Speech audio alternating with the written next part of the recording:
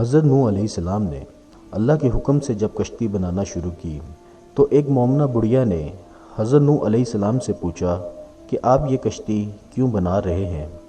حضرت نوح نے فرمایا، اے بڑی پی، ایک بہت بڑا پانی کا طوفان آنے والا ہے جس میں سب کافر ہلاک ہو جائیں گے اور مومن اس کشتی کے ذریعے سے بچا لیے جائیں گے۔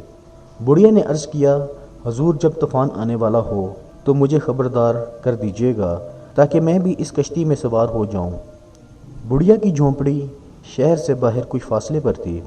پھر جب طوفان کا وقت آیا تو حضرت نوح علیہ السلام دوسرے لوگوں کو کشتی پر چڑھانے میں مشغول ہو گئے، مگر انہیں اس بڑھیا کا خیال نہ رہا، حتیٰ کہ ہولناک عذاب پانی کے طوفان کی شکل میں آیا اور روئے زمین کے سب کافر ہلاک ہو گئے۔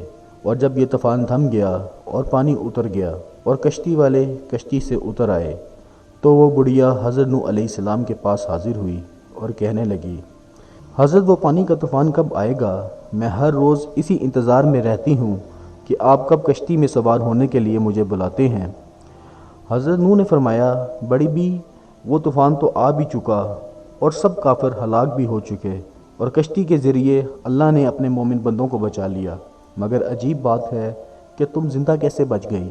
اس بوڑھی عورت نے کہا، اچھا یہ بات ہے، تو پھر اسی خدا نے جس نے آپ کو کشتی کے ذریعے بچا لیا، مجھے میری ٹوٹی پھوٹی جھونپڑی ہی کے ذریعے اس نے بچا لیا۔